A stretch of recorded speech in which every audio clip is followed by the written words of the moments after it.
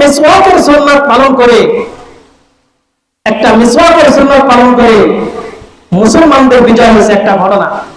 মুসলমান ইমানদার আল্লাহর ওয়ালা খলিফাতুল মুসলিমিন হযরত ওমর রাদিয়াল্লাহু তাআলা আনহু জামানায় সাদ ইবনে আবি ওয়াক্কাস রাদিয়াল্লাহু তাআলা আনহুকে সেনা প্রধান বানাইয়া মিশর বিজয় করার জন্য হযরত ওমর ফারুক রাদিয়াল্লাহু তাআলা আনহু তাদেরকে পাঠিয়ে দিয়েছে। 2 মাস পর্যন্ত, লাগাতার 2 মাস পর্যন্ত মিশরে তারা বিজয় লাভ করতে পারে নাই।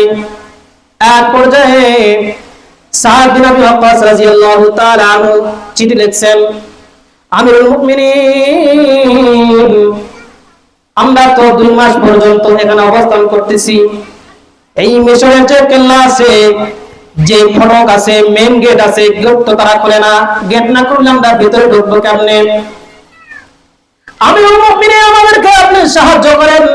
2 মাস পর্যন্ত আমরা অপেক্ষা করছি, কিন্তু তাদের সাথে আমরা কোনোভাবে পারি উঠতে পারতেছি না, কি করা যায়? ওমর রাদিয়াল্লাহু তাআলা আনহু উত্তর লিখলেন, ও সাদ, মনে হয় তোমরা কোন একটা সুন্নতকে ছেড়ে দিয়েছো, যার কারণে তোমরা বিজয় লাভ করতে পারতেছো না। আমি তোমাদেরকে কোনো সাহায্য কিছু করতে পারবো না। তোমরা আল্লাহর নবীর সুন্নতকে আঁকড়ে ধরো, সুন্নতের বিনিময়ে আল্লাহ তাআলা তোমাদেরকে বিজয় লাভ করাবেন। সুবহানাল্লাহ।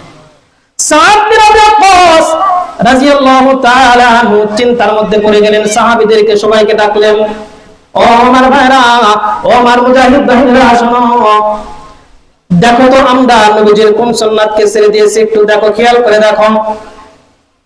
সাদ বিন আবি ওয়াক্কাস রাদিয়াল্লাহু তাআলা আনহু একে একে সকলে উত্তর দিচ্ছেন, না না, আমরা তো সেরকম কোন সুন্নাত ছেড়ে দেই নাই, সব সুন্নাত আমরা পালন করতেছি।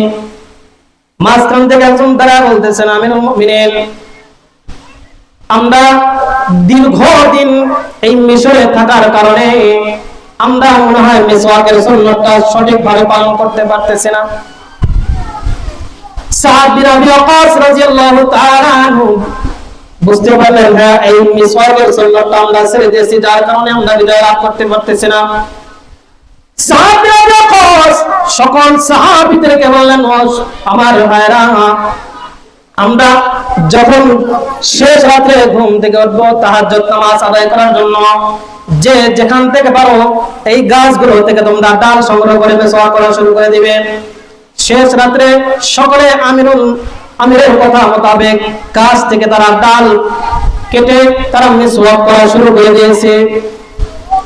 এই মিসওয়াক করা দেখে ওই দুর্গ থেকে, ফটকের ভিতর থেকে তারা দেখতেছে মুসলমানরা যে হারে দাঁত মাজা শুরু করছে, এরা তো মনে হয় মানুষ না, এরা মনে হয় মানুষ থেকে কোন পশু হবে, যে এরা বড় মিসওয়াক দিয়ে তারা মিসওয়াক করতেছে, মানে দাঁত ধার দিয়ে নিচ্ছে, আমাদেরকে খেয়ে ফেলবে, তোমরা যে যেখান থেকে আছে পালাও, সকাল হলে মনে হয় আমাদের উপরে ঝাঁপিয়ে পড়বে।